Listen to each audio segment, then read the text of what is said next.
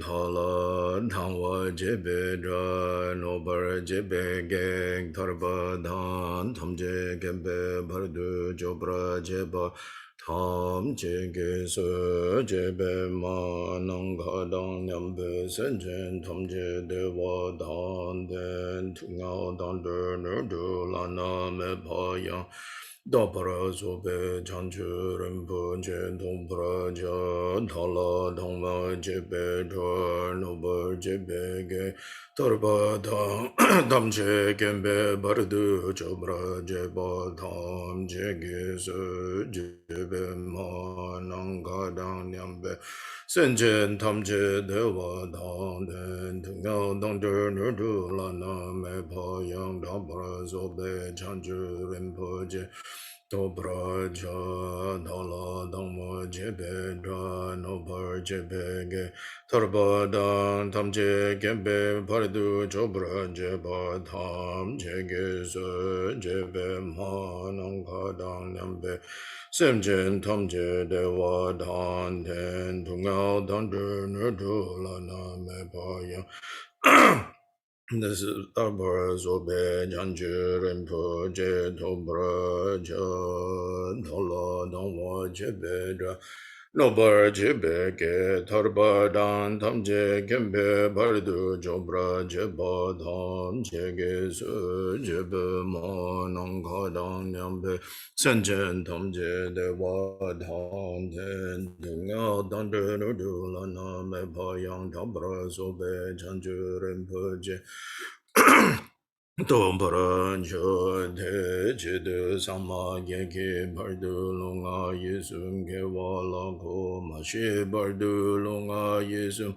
gewala ko de tereng ne sonte ne ma santa samge bardu lunga yesum gewala ko sonje jodan soge jonam la chanju bardu dane kemsu je Dage jinsu gebe sonang ge chola penche sangye drupra sho sangye jodan soge jonam la chanchu bardu dane kyamsu che dage jinsu gebe sonang ge chola penche sangye drupra sho sangye jodan soge jonam la chanchu bardu dane kyamsu che dage jinsu gebe sonang ge Drulam penchen sanje drupra sho yamanan kadang nyampe senchen tomche de wardang dewen gendan dambar gyurje tunga dang dunga ki gyudan drewa gyurje tunga mebe dewa dhamme drewa gyurje nering chada nidang drewa danyang la nabra gyurje manang kadang nyampe Senchen Tomche Dewa Tang Dewe Gendan Dempara Kirche Tunga Tang Dunya Chi Kyudan Dewa Kirche Tunga Mepe Dewa Dhamme Dewa Kirche Niring Chadan Nidang Dewe Tanyong La Nebra Kirche Mahana Kadang Nyampe Senchen Tomche Dewa Tang Dewe Gendan Dempara Kirche Tunga Tang Dunya Chi Kyudan Dewa Kirche Dunya mepe dewa dhamme dewa gyurje nere chadang nidang trewe tanyang la nabra gyurje durje changwang tile narodang Marmi dapo padu jiteng gong katun sunden sawe lame shab sakyu lama yidam chogyong la sowa tapso dhagyu jinji lo kebeng ki domen samling gen dhabe tongzon yong la kya Zome gyawa turje chang pa jiteng gombo shab la du du tang du samgyu kyo le me jinji lo shi tuje chen nenge mumpa se ne kyang semto de du dobra Jinji lo hong jin yu jin no chang sang pe ma ge sa dong po la ya sen cho kin wu dum nye pe ma jun ne she shu da go do kan do mang pu gu ro ke ki je se da du ki jin ji lab ji shik su so gu ru pe ma si ni hong men chu ki yi ki pu dang ne du sun san je gung yi ngo wo ni Rang sen choku ton ngon sun ton se pa tsa we la me shab la so wa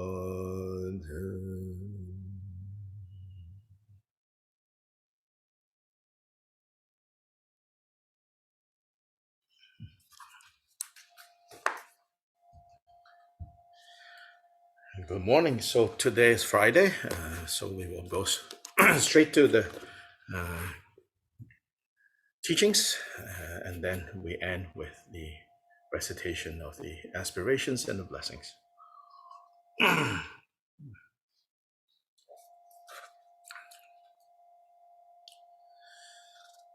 So here, continuing in this emphasis on understanding that what we practice basically is we practice the 10 virtues, and what we give up is we give up the 10 non-virtues. And how this central understanding is to be carried through all levels of our practice, whether it's individual liberation, whether it's Bodhisattva, whether it's secret mantra. And then the importance of understanding that to the degree that we can say that there is lesser and greater, even like slower and faster, it is not about the teachings themselves, but it's about the capacity that we have as practitioners. So even though, the Buddha taught that there are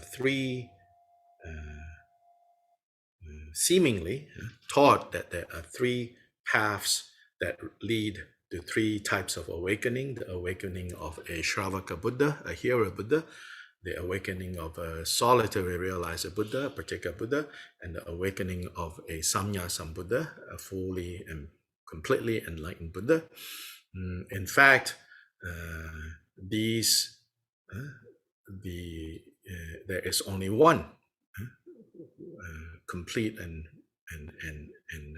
there's only one complete result. It's the result of the fully and complete Buddha. And to arrive at that result, it is necessary to generate the bodhicitta of attaining Buddhahood for the sake and for the benefit of all beings. And again and again, Kyopa is going to emphasize it's very important that we do this. Okay, so now in this section, as the translators have identified this section as the section that talks about the inseparable union of the generation and completion, or the creation and the completion stages, these being the two stages of practice found in the Vajrayana or the secret mantra context. However, even such stability in the creation stage isn't sufficient. So then this is the stability that comes from the confidence of knowing that in terms of the 10 virtues, we are cultivating them. In terms of the 10 non-virtues, we are working on avoiding them, and therefore then the mind is without regret, as is translated here, or the mind, the conscience, the heart is clear. The heart is in a clear place. And when the heart is in a clear place, then it can naturally stabilize and be steady. And it's that kind of stability and steadiness of heart that will then give us the clear visualization, the clear confidence that we are developing through the particular technique of secret mantra called the creation stage or the generation stage. However, even such stability in the generation stage isn't sufficient without knowing how to practice it inseparably with completion stage Mahamudra. So Kyopa Rinpoche now says, now let's talk a little bit now about the relationship between the creation stage and the completion stage. Completion stage, generally speaking, can be divided, completion stage practices can be divided into two categories. The one with characteristics or signs, and the one without characteristics. Here, when he calls it the completion stage Mahamudra, he's referring to the without characteristics. Now, the completion stage practices with characteristics typically are referring to the practices that are include those practices found in like the 6 dharmas of Naropa, of the 6 yogas of Naropa. So here he says, so it's good if you have the stability that arises from your practice of the avoiding and the 10 non-virtues and practicing the 10 virtues, causing stability and clarity and confidence in your creation stage. But that practice is incomplete if you don't know how to practice that combined with the completion stage of Mahamudra. That very practice of the creation stage, inseparable from the completion stage, is called the rainbow-like deity body. So now here, even though again, in the practice of deity yoga, often the text will have, okay, this part is creation stage, and then this part is completion stage. Here, Kyopa Rinpoche is saying, actually, even in the part where it is identified as the creation stage, you have to cultivate that creation stage with an understanding of the principles of completion stage. And so here he says, it's the rainbow-like deity body. So the deity, the Buddha that you imagine or cultivate yourself as, you have to cultivate it, you have to practice it with this understanding that its qualities is like a rainbow. Vivid and clear, but without substance. That's basically what rainbow is talking about. Vivid, clear, but ephemeral without substance. Rainbow-like body. Although a rainbow appears, it is not a manifestation of physical matter. And although it is not physically manifested, it appears. You can see it in the same way when you visualize, when you cultivate your own dignity, your own conviction that you are Buddha. You are a Buddha, whatever form that Buddha, whatever idam that you practice, you have to appear in that way. Elsewhere, I've talked about, you should look, if you forgot where, if you forgot about this, rather, you should try to look and see. In more recent, whenever I teach about deity yoga, I said, first we have to know, what is deity yoga cutting, so to say? What problem, what habitual confusion that deity yoga is an antidote for? So I said, it's grasping to this body. More importantly, perhaps it's not literally grasping to this body, but the sense of I and self that arises, relying on our habitual conception of me, tied together with a mental image of me, whether it's the 7-year-old me, the 25-year-old me, or the 45-year-old me. There's often a mental image.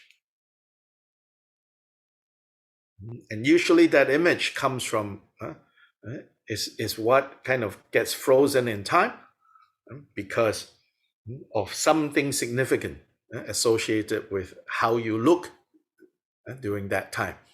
That becomes kind of very much part of our self-identity. So in deity yoga, that is being targeted. So the visualization of the deity is to replace that. Yeah, so in a more detailed way, I have recently taught. So go look for those if you don't remember what I'm saying now, or what I'm saying you don't understand. So in the same way, the generation stage is inseparable from the completion stage, because that very generation stage is the completion stage, Mahamudra. So you have to practice your creation stage in this way. It is Mahamudra itself that is generated as the generation stage. To think, at the beginning of the session, I practice the generation stage, and at the end of the session, I practice the completion stage, shows a lack of understanding of this point. Again, even though necessarily the sadhana proceeds in a linear way, that's just the nature of relative reality, but you should not practice the sadhana in the way of, oh, now it's just creation stage. Oh, later generation stage. When generation and completion stage are practiced with no distinction between them, it is called the union of generation and completion stages. Without realization of this point, without understanding this point, what would be the point of a crystal clear generation stage practice at the beginning of a session and going into a pitch dark completion stage practice at the end of the session? I think he clearly described what many of us do or try to do. Creation stage, crystal clear, or at least in full color. Then completion stage, everything goes dark. Dissolve into emptiness. We think empty space. Oh, space is dark. Okay, empty. Okay, pitch dark. It wouldn't get you very far if you do it this way. Even to attain stability in a generation stage that isn't connected with the completion stage isn't of much use. Since you could end up like the Vajrabhairava practitioner that turned into a hungry ghost. 138, the footnote, at the glorious institution at Nalanda, there was once a practitioner of Vajrabhairava who had attained firm stability in the generation stage. However, he had no understanding of emptiness, the completion stage, and he misappropriated some of the common supplies for the Sangha and was reborn as a hungry ghost. In this case, of course,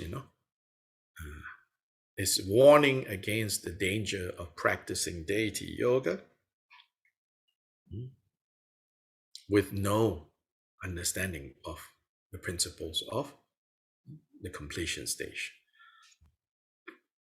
This is why the practice of generation stage has to be combined with completion stage Mahamudra, which again is attained by a mind that is free from regret because of its habituation to the 10 virtuous deeds. That is the vital point to be upheld with the 3 levels of vows. So the translators point out that in the Gongchik, statement 24 of chapter 1, it says the 3 vows are a single vital topic, a single vital point, in that they are all about avoiding the 10 non-virtues, and that is what needs to be avoided. Through the 10 wholesome deeds, the intention that aspires to one of the 3 kinds of awakening is fulfilled and its aim is attained. So, through the 10 virtues, you can have 3 kinds of motivations, and then correspondingly, your practice of the 10 virtues will lead to one of the 3 kinds of awakening. Then again, right, remembering, Kyopa always says, of the 3 kinds of awakening, strive for the highest one. An analogy for this is the precious King of Powers jewel. Whatever food, clothing, or wealth, and the like might be desired, when it is requested of this jewel, it will be obtained. Similarly, the three kinds of awakening are accomplished through these 10 virtuous actions. That is to say, when the vows of individual liberation, so now he summarizes what are these three. When the vows of individual liberation have been taken, the 10 wholesome deeds have to be practiced according to those vows. So those vows might have a lot of details, such as those of fully ordained monks and nuns, middling amount of details, such as those for novice monks and nuns, and summarized down to its basic, the 5 precepts for lay people, monks, lay men and women. But regardless of which one of these, understand that it's the observation of the 10 virtues, the abandonment of the 10 non-virtues.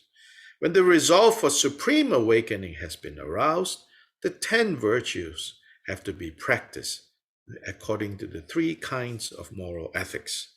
These 3 kinds of moral ethics is talking about sometimes called the 3 disciplines of Bodhisattvas.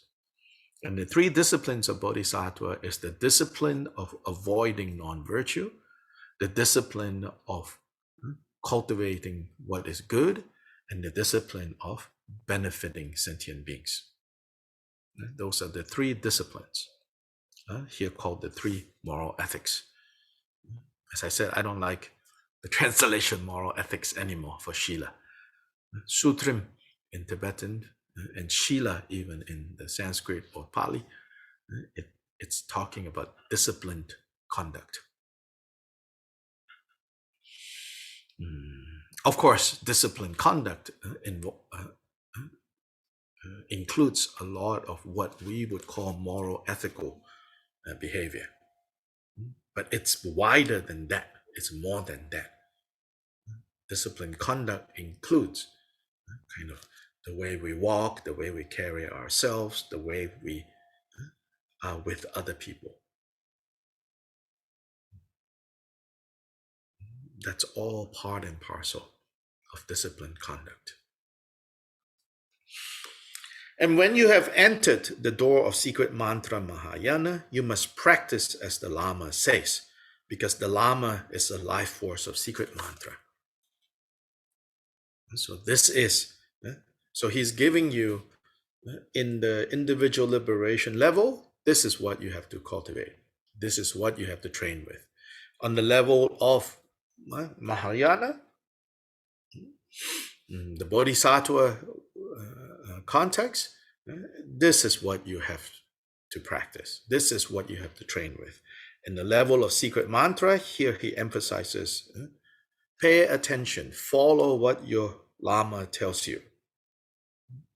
Because the Lama, the Guru, is the life force of secret mantra. You must also believe that what the Lama says is true. Even if he says that a Dri is a yak, Dri is the female of the yak, you have to believe it. It is not right to transgress even the slightest of the Lama's commands, because someone who transgresses even the slightest command will face great problems once they are on the way to success. So here, right, you cannot just read this without considering, for example, what he said a few days ago, that it will not do, if the Lama is misguided and you follow the Lama. So this statement cannot be read independent or without considering what he said a few days ago. What he said a few days ago, so to say, as in like teaching number 2, doesn't contradict teaching number 6 here. Here, there are some technical things too that we should know. So for example, he says, you must practice as the Lama says. So more limited in the sense of, when the Lama gives practice instructions to you, you have to practice accordingly. Because there are things, especially on the secret mantra level, again, here when we talk about level, I feel, this is just me saying, it's not necessarily that, we're saying when you are, ringing bells, holding damaru, doing that kind of practice, you think, oh, now a secret mantra. More, he's talking about when you have matured to the secret mantra level. Remembering, right? Gyopa here emphasizes what makes a teaching this level, or this level isn't so importantly even about the teachings. It's about what level of maturity you have reached. So when you have actually evolved to the secret mantra level, then there's no more question whether this guru is reliable or not. Right now, I may be teaching and sharing with you secret mantra practice. Neither you nor I have evolved to the level where there is no more questions, no more doubts on the practical level. Then we both need to be more careful. Or whoever it is that you're learning these days, as long as you have internet, you can click to whoever you want. So whoever it is, also, we cannot just take this out of context and say, well, Kyopa says. Or later when things go wrong, you say, oh, Vajrayana is bad. See, they say things like this. Even the Lama says, that female animal is actually male. You have to believe. See, they say things like this. So last week, I walked into this empowerment. I took the empowerment. So now I am practicing secret mantra. Then everybody says I have to follow exactly what the Lama says. Then something goes wrong, right? So this is very unfortunate when teachers are not mindful, students are too eager to look the part, to belong.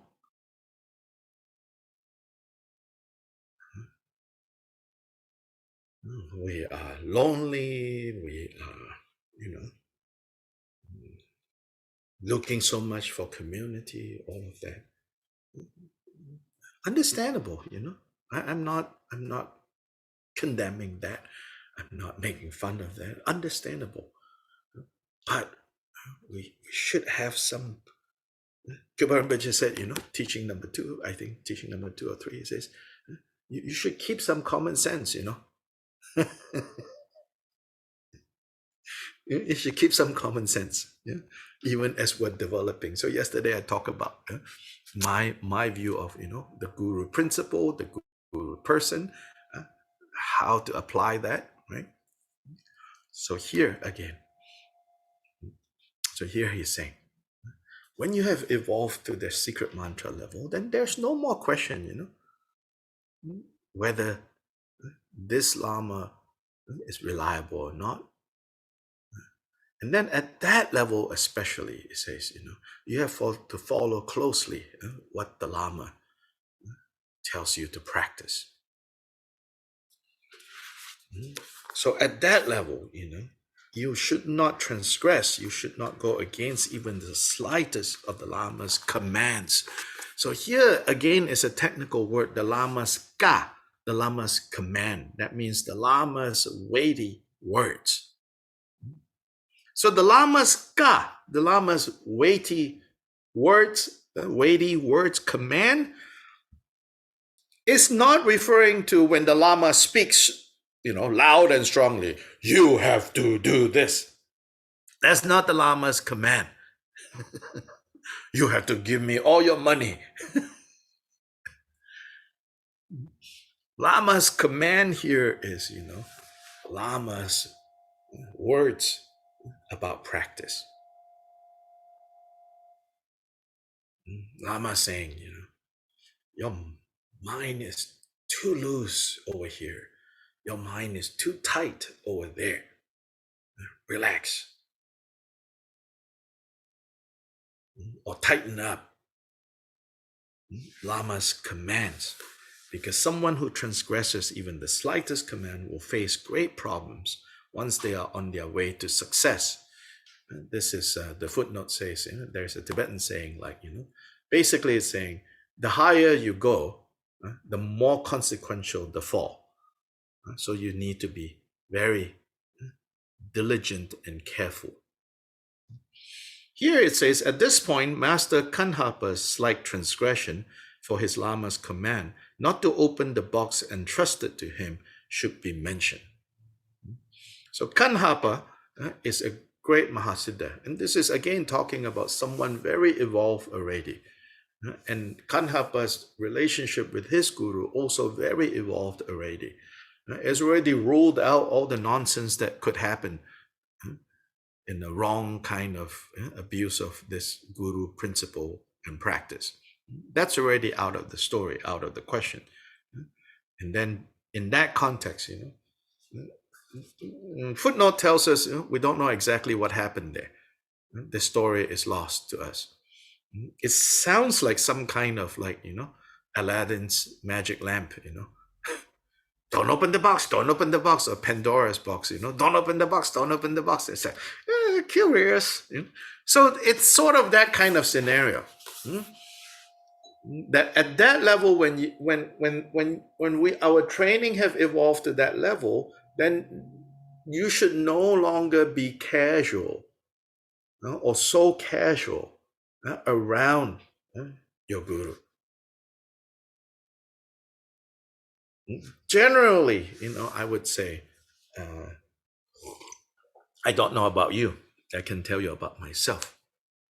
I know that I should not and I cannot be so casual around those whom I consider my guru, because then there is no mindfulness, there is no awareness, right?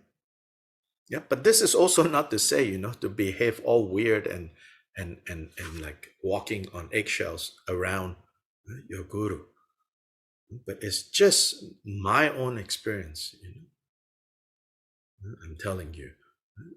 Because in particular, I think American culture, I don't know, Mexican, Guatemalan, I don't know, maybe casualness and friendliness is a way of expressing closeness.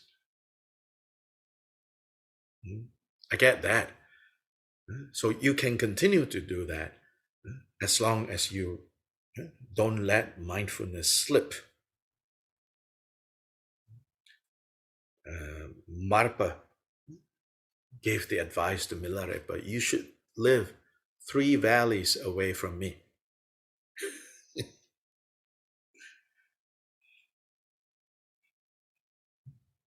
There's a Dharma group that I know of, is called the 3 Valleys Sangha. Unofficial name, I think. Meaning they live 3 valleys away, from their Dharma source. So Marpa gave the advice to Milarepa, you should live at least 3 valleys away. That means what? Close enough, if you really need it, within a day or 2 of traveling, you can get to your Lama, your Dharma source. Not so far that you can't get to within a day or 2. 3 valleys. Why? Because you really don't want to see so much. Again, this cannot be turned into like some kind of like hypocrisy, Lama behaving left and right and up and down like a monkey, And then when it's time to play a Lama role, looking good, looking serious, looking controlled, composed, everything. We're not talking about that. But what we are talking about is inevitably, when you are too much around someone, instead of being lifted by their qualities, you will start to see more and more faults, because our eyes right now is fault oriented. Then The more faults you see, the harder it will be for you to do the kind of training that I talked about, like why in the first place you need guru as person,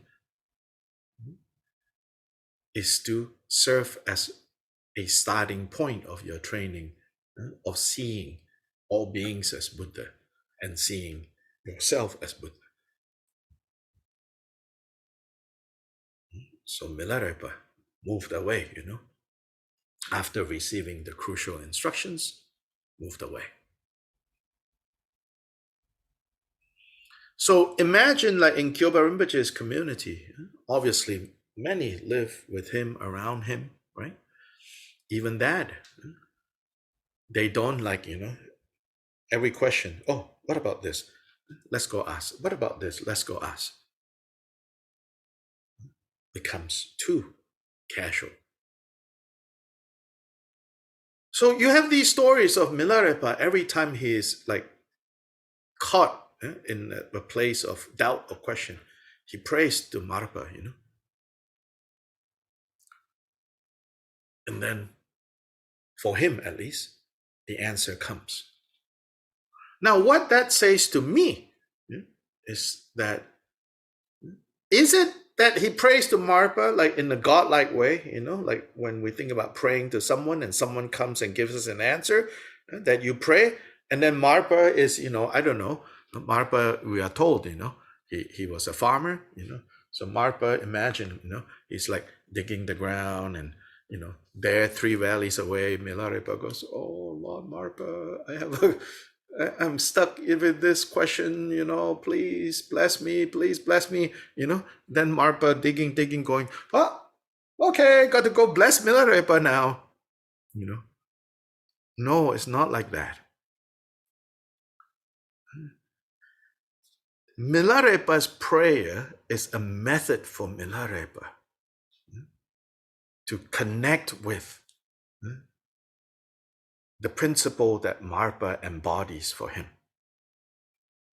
That principle exists in you, in me, in Milarepa, and so then he finds his answer. That prayer to Marpa isn't saying that Marpa suddenly.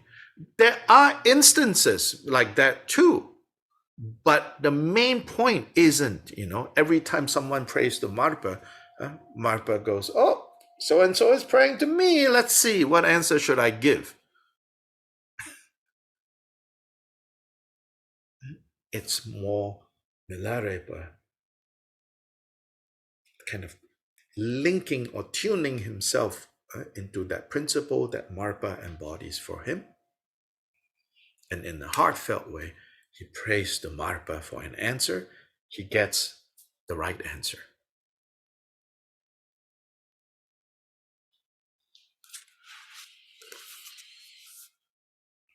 But he maintains a polite distance.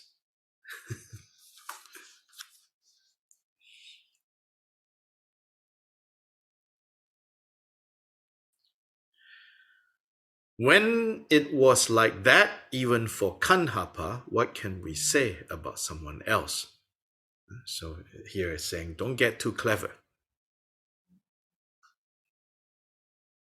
Therefore, the life force of secret mantra Mahayana is the Lama, and the meditative absorptions of the generation stage and so forth arise with the absence of regret and a mind stream habituated to the 10 virtuous deeds. That this is so is also what the Manjushri root Tantra teaches.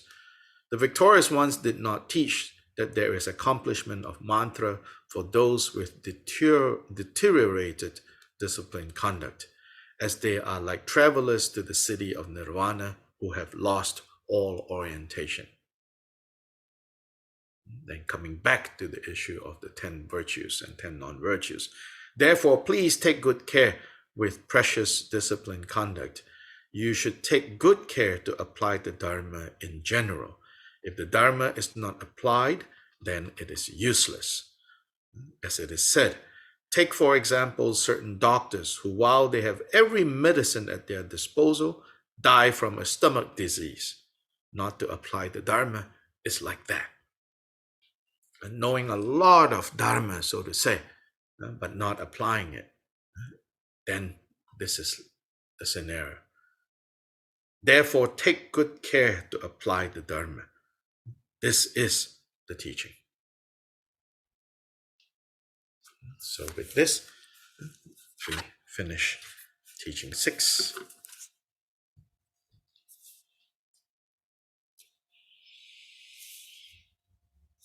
I want to mention, that so our daily classes are then, have been recorded and then posted on the Drikung Dhammakirti YouTube channel.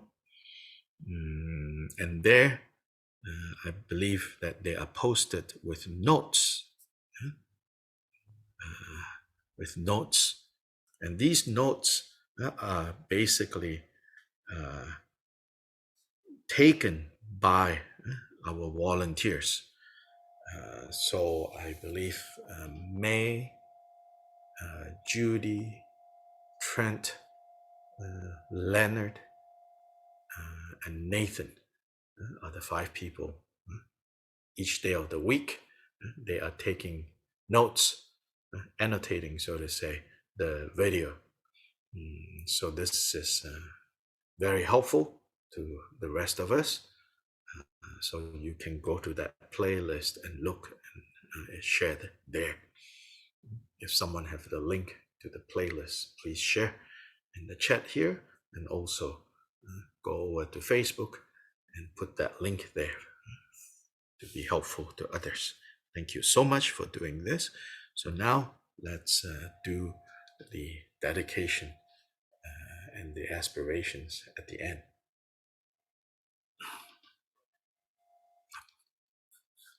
On page 1 of the aspirations. So this is extracted from the Mahasutra on entering the city of Vaishali.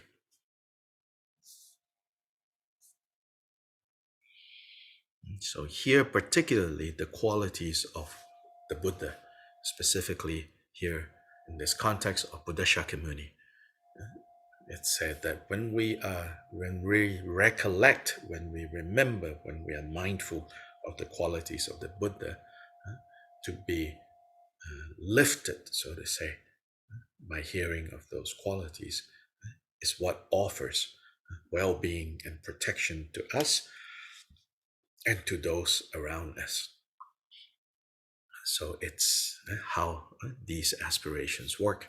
Then the next aspiration particularly emphasizes the qualities of Sangha, the noble Sangha.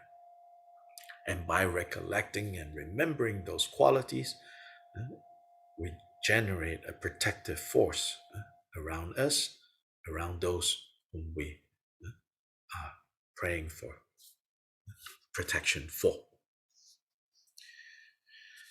He in whom all attachment and greed are conquered, all defilement gone, his mind at peace without harmful intent, he will bring you well-being. He who leads all worldly beings to tread the path of liberation, the teacher of all dharmas, he will bring you well-being, the teacher, support of wandering beings, who for the sake of every living creature brings them all to master happiness, he will bring you well-being. The protector who with thoughts of love for all these beings sustains them always, just as he would his only child, he will bring you well-being. He who in samsara has been for all samsaric beings a support, an island, and a friend, he will bring you well-being. He who has laid bare all phenomena, who is pure and free from deception, whose words are pure, whose very acts are purity, he will bring you well-being. This hero who by taking birth with perfection attained his purpose and accomplished all his goals, He will bring you well-being, he whose birth when this whole earth with all its forests shook and trembled, brought joy for every living creature. He will bring you well-being. He who calls on the seed of awakening the earth to quake in all 6 ways and Mara to feel despair, he will bring you well-being. He who turning the wheel of the Dharma pronounced the truths of the noble ones and was extolled as a sage, the Muni, he will bring you well-being. The alluring one who defeated all the extremists with the Dharma and brought all assemblies under his influence.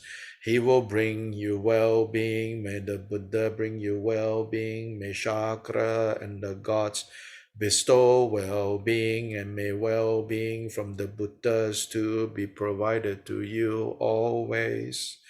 By the Buddha's merit and power and the wishes of the gods, may whatever goal you seek this very day be accomplished. 2-legged beings, be well. 4-legged beings, be well. When you set out, be well. And when you return, be well. Be well in the daytime, be well in the night, be well at midday too. May all of you be always well. May all of you know no evil. Surrounded by 1,000 gods, the Buddha has arrived. So you with hateful thoughts dispersed, and you whose nature is compassion stay. By the power of the true words of the Buddhas, particular Buddhas, Arhats, and those to be trained, those who do harm to the world, should be gone from this city, all sentient beings, all living creatures, all Buddhas, and every one of you. May you have nothing but happiness. May you all be free from illness. May you all see what is good. May all of you know no evil. May whatever Buddhas are assembled here, all those who live upon the earth or in the sky, act always lovingly for human beings and practice Dharma day and night. Homage to the 3 jewels in this world or beyond. There is nothing, not even a precious gem in the higher realms that equals the thus gone one, the God of gods, the supreme among humans. Thus he is called the most precious gem. By this truth may there be well-being here. There is nothing at all comparable to the Dharma of uncompounded quiescent ambrosia, the uncompounded ambrosia of extinction and dispassion, discerned by the sage of the Shakyas through his knowledge. Thus it is called the most precious gem. By this truth may there be well-being here. There is nothing comparable to the absorption that perceives the Vajra-like non-dual path, the manifestation in due order of what is most desired, the permanent accomplishment of the teacher's absolute practice. Thus it is called the most precious gem. By this truth may there be well-being here. The 8 great kinds of person praised and called the 4 pairs extolled as venerable by the thus gone one. The incomparable person, the great sage, yield great fruits when offered to, like seeds planted in the fertile field. This is called the most precious gem of the Sangha. By this truth may there be well-being here, since those who strive with firm resolve and enter Gautama's teaching gain access to ambrosia, remove darkness, and attain nirvana. They are called the most precious gem of the Sangha. By this truth may there be well-being here.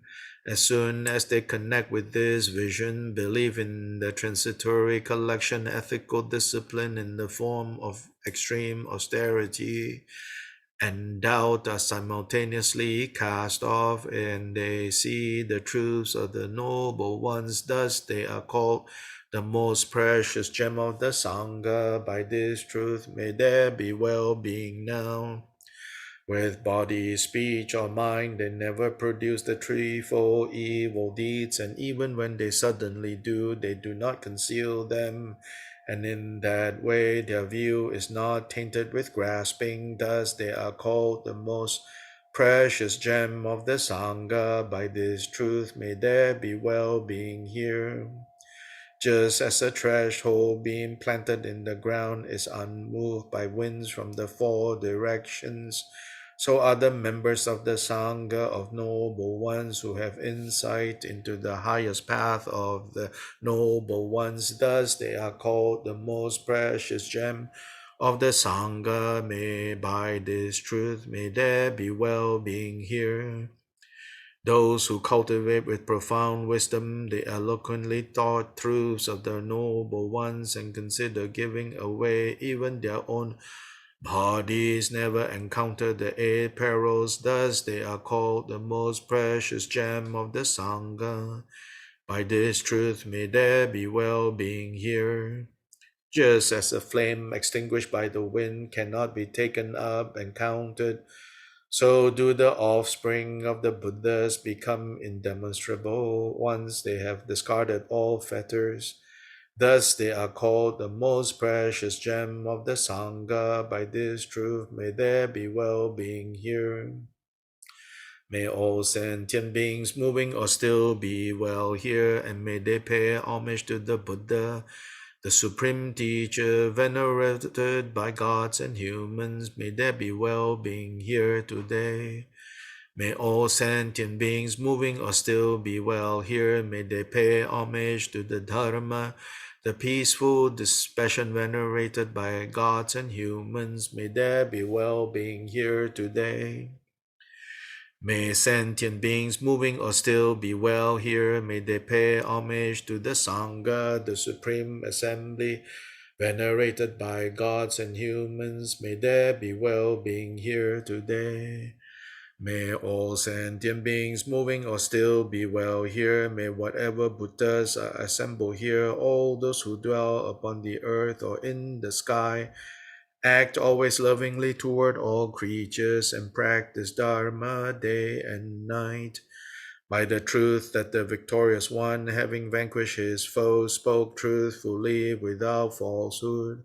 May there be well-being here, and may all be delivered from grave perils. By the majesty of all the Buddhas, may the majesty of the particular Buddhas, the powers of the Arhats, and all the secret mantra holders, by the wisdom of Shariputra, the supernatural power of Moggayayana, the vision of Aniruddha, and the ascetic practices of Kashyapa, by the previous attainments of Kaundinya, the learning of Ananda, the benevolence of Brahma, and the supremacy of Shattakratu, by the territories of the guardians of the world, the power of Maheshwara, the might of the generals, and the supernatural splendor of Hariti. Through their might and majesty, may poison be removed from me. In the language of India, Arya Maitri Pranidhana Raja. In the language of Tibet, Pagpa Champe Monlam Gi Gyalpo. In the English language, the noble Maitreyas, King of aspirations, homage to all Buddhas and Bodhisattvas. Ananda, in the past when the Bodhisattva Mahasattva Maitreya was engaged in Bodhisattva practices, he would drape his upper robes over one shoulder, bend his right knee to the ground, and join his palms together. 3 times a day and 3 times a night, he would then concentrate on all the Buddhas and make the following aspiration. Homage to all Buddhas, homage to the Bodhisattvas who possess the divine vision of seers, and homage to the hearers as well. Homage to Bodhicitta, the heart of awakening that keeps the lower realms at bay, that shows us the way to the higher realms and leads us to the state beyond aging and death. I go before the awakened ones to confess any and all misdeeds that I may have committed under the sway of mind. May all merit occurred through the three kinds of actions become a seed for my omniscience and exhaustible awakening. The Buddhas are aware and rejoice in any offering made to the awakened ones throughout the Buddha fields of the 10 directions. And so do I too rejoice. I hereby confess all negative actions. I hereby rejoice in everything meritorious. I hereby pay homage to all Buddhas. May I attain the supreme wisdom state. I exhort each and every bodhisattva dwelling in the 10 directions and upon the 10 bodhisattva levels to awaken now to supreme enlightenment. And as they awaken to sublime enlightenment, may they turn the wheel of Dharma so as to tame the demons and all their hordes and bring benefit to every living being. May the beat of the great drum of Dharma free beings from their suffering for unimaginable billions of eons. May the awakened ones teach Dharma and remain. I beg you, best of humans, look upon us drowning in the mud of desires, bound by the ropes of craving, and in other ways absolutely trapped. May the Buddhas not level criticism against those of impure minds. Instead, may they give love to beings and free them from the ocean of existence. May I train in the likeness of the perfectly awakened Buddhas of the present, past, and future, and uphold the Bodhisattva conduct. May I bring to completion the 6 perfections and lead to the end the 6 classes of beings. May I manifest at last the 6 supernatural knowledges and reach the unsurpassed state of awakening. May I realize the truth of emptiness in which all is birthless and non-arising, without intrinsic nature, without location, with neither mental process nor substance. Just like the great sage, the Buddha himself, may I realize the truth of selflessness in which beings do not exist, nor any living things, nor any individual, nor any kind of person. May I practice generosity free from stinginess without entertaining any notion of substantiality, nor any belief in the self, nor egotistical clinging, so that the benefit may reach all beings. Since material things do not exist concretely, may all my needs be spontaneously met. Since all material things are subject to decay, may I master the perfection of generosity. With discipline completely flawless, discipline that is perfectly pure, and discipline devoid of arrogance, may I master the perfection of discipline. With absence of anger, in other words, with patience, akin to how the earth, water, and fire elements, and the wind element as well, dwell not anywhere, may I complete the perfection of patience. With persistent application of diligence, may I be ever joyful and free from laziness, and with strength in both body and mind, may I complete the perfection of diligence. With illusion-like meditative concentration and bravery-inspiring meditative concentration, and vajra-like meditative concentration, may I master the perfection of meditation. Acting with the 3 gates of liberation, with the equality of the 3 times and the threefold knowledge, may I master the perfection of wisdom. May I be praised by all Buddhas as I beam with light and splendor. And with the diligence of a bodhisattva, may all my aims be accomplished. As I engage in this very conduct, may I, the one known as Maitreya, bring to completion the 6 perfections and reach the 10 Bodhisattva levels. At the very moment I pass away, may I joyfully take rebirth into Shita heaven and swiftly delighting the Lord Maitreya receive his prophecy of my awakening. Changju Sem Chorim Poje Ma Ge Banam Ge Gyurje Ge Ba Nyam Pa Me Ba Yam Gong Ne Gong Du Be Wan Shu.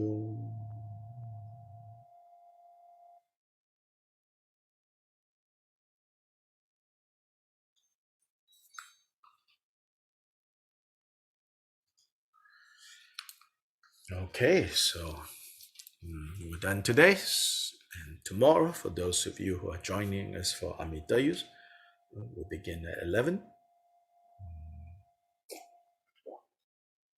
For tomorrow too, if you are at home doing the Amitayu practice or at the center, it's good to prepare a plate of offerings. We're going to do the Dharma offering that is in the Amitayu's practice tomorrow. So prepare basically a bowl, a plate with some baked goods, some fruits, things like that. And this Dharma offering, we don't eat at the end. Chop, we do. The Dharma, we take out and give to wild animals or things like that. Okay, bye-bye, everyone.